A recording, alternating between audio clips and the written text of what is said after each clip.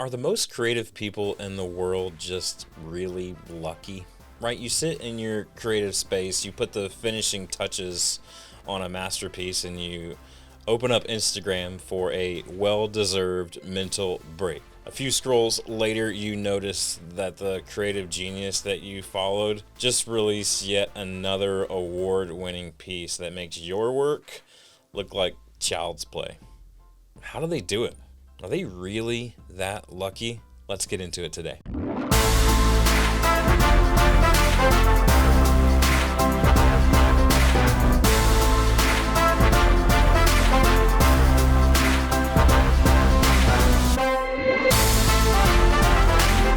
Welcome back to the podcast, everyone. My name is Dustin Peed, creative coach and consultant. I'm so glad that you're joining us today. We're going to get into if the most creative people are really just that lucky.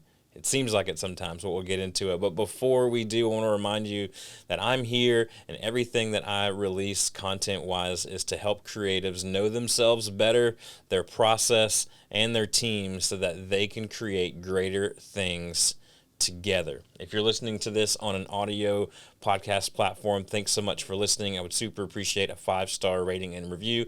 Helps take this content even further to people that are looking for it just like yourself. If you're watching on YouTube, I'm so glad that you're with us. I would love for you to like, subscribe, ring the bell so that you are notified every time new content gets dropped for you. Release content several times throughout the week and podcast episodes every Thursday. If anything I say today or any previous podcast episode is resonating with you and you would love to chat with me more about how it works in your unique life scenario, I would love for you to go to dustinpeed.com. That's P-E-A-D for a free consultation on your creative process or whatever it is that you're up against.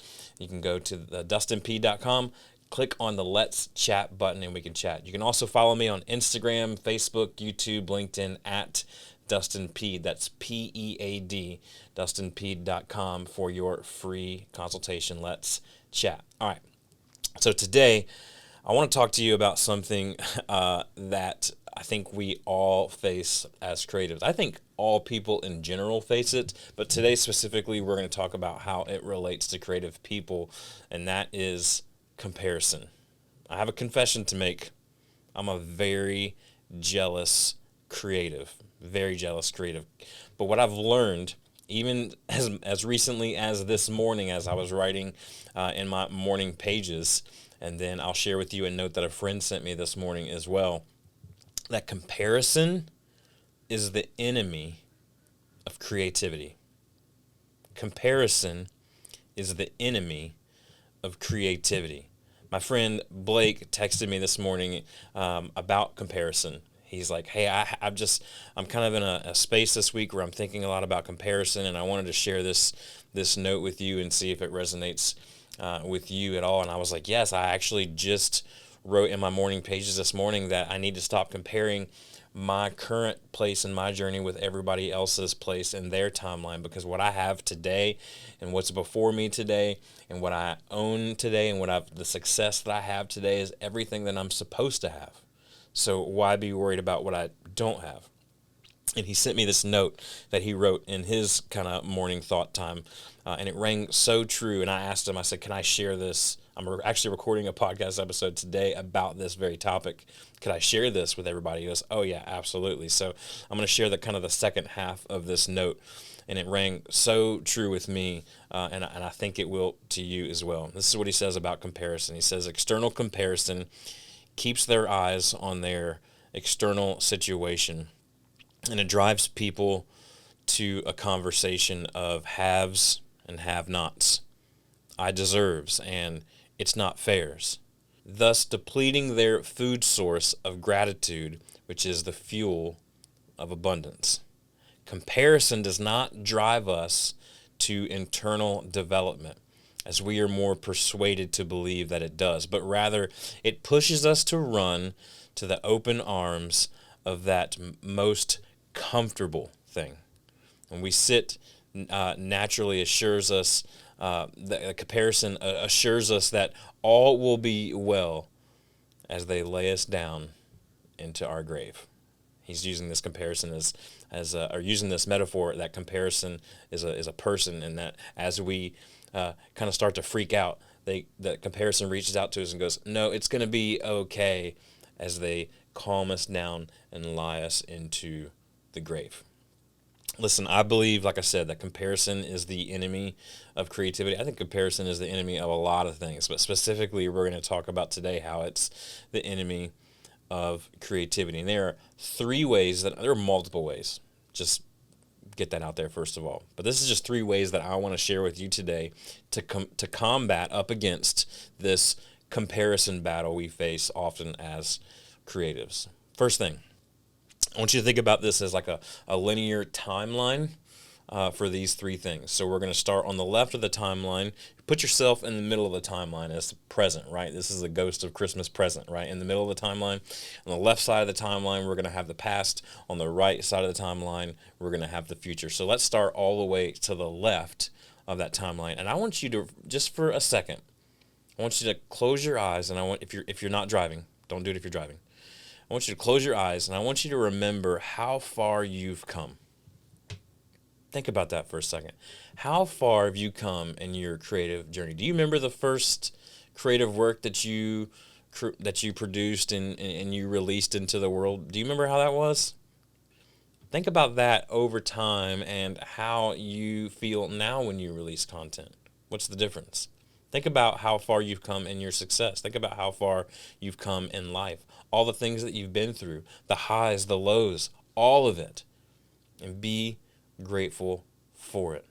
We've talked on here before. Thankfulness is the key, right? Thankfulness is the key to get yourself out of this comparison trap. So the first way to combat up against the comparison battle is to look at that left side of the timeline and remember how far you've come. The second thing you need to do is I love this phrase, came up earlier this week in a separate podcast I was recording with a business partner, and he said, you need to be where your feet are. And I looked that up. It's actually from a book made famous by Scott O'Neill. It's actually called Be Where Your Feet Are. And in this book, he says this. He says, how you live is truly a choice. What you're going to do and who you're going to do it with, those are choices only you can make. That was my aha moment when he realized he needed to be where his feet are. That's so powerful. So powerful. What you do and who you're gonna do it with are only choices that you can make. So in that moment, let's be fully in that moment. Not necessarily worrying about the past. We're going to remember it and be grateful for it. Not necessarily having anxiety about the future, what may or may not happen, because that hasn't even happened yet, right? Right here today in this middle of the timeline, present zone, we are going to be where our feet are. That will help us stop the comparison battle that goes on in our minds, and it'll release us to create our best work yet. So you're going to remember how far you come. You're going to be where your feet are. And number 3, you're going to trust that the end result, it's going to be all that it needs to be and probably more. If we're honest, and as you look back in that first step and you look at how far you've come, I bet there are many times, multiple times throughout that left side of the timeline where you thought that things were going to turn out mediocre, 7 out of 10, right? And you got to the end of it and you're like, that actually turned out better than I thought. It's because you learn eventually over time that the result will probably be better than you think. In your mind, you've created this scenario where it's probably not going to be so good because you're comparing it to other people's success. But then when you get there, you're like, wow, that was actually better than I thought it was. It turned out greater than I thought it was. It had a better impact than I thought it would. Now, that's not going to be every time, but I will say that I think as you look at and you step back and you look at the grand scheme of things and you look at the totality of the timeline of what has been your life so far, where you're at right now, and the trajectory that it's headed, I think you'll understand that when you get there, it's going to be all that it needs to be. It's not going to be any more, and it's not going to be any less. So trust the end result will be all that it needs to be, and probably even a little bit more. So our call to action today, the thing that I would encourage you to do, the thing I'm encouraging myself to do in this episode, is to live and work in the confidence that today, right here in this timeline moment, you are exactly where you need to be on your creative journey. You're not ahead of it. You're not behind it. You're exactly where you need to be. If you need help with this comparison battle and how you can live in the moment and be where your feet are, I would love to chat with you more. Head to dustinpeed.com. That's P-E-A-D. Click on the Let's Chat button, and let's just have an honest conversation about where we're at. Just two creatives talking about where we're at and how we can move forward together. Thank you so much for your time today. I cannot wait to be with you next week on Creativity Made Easy.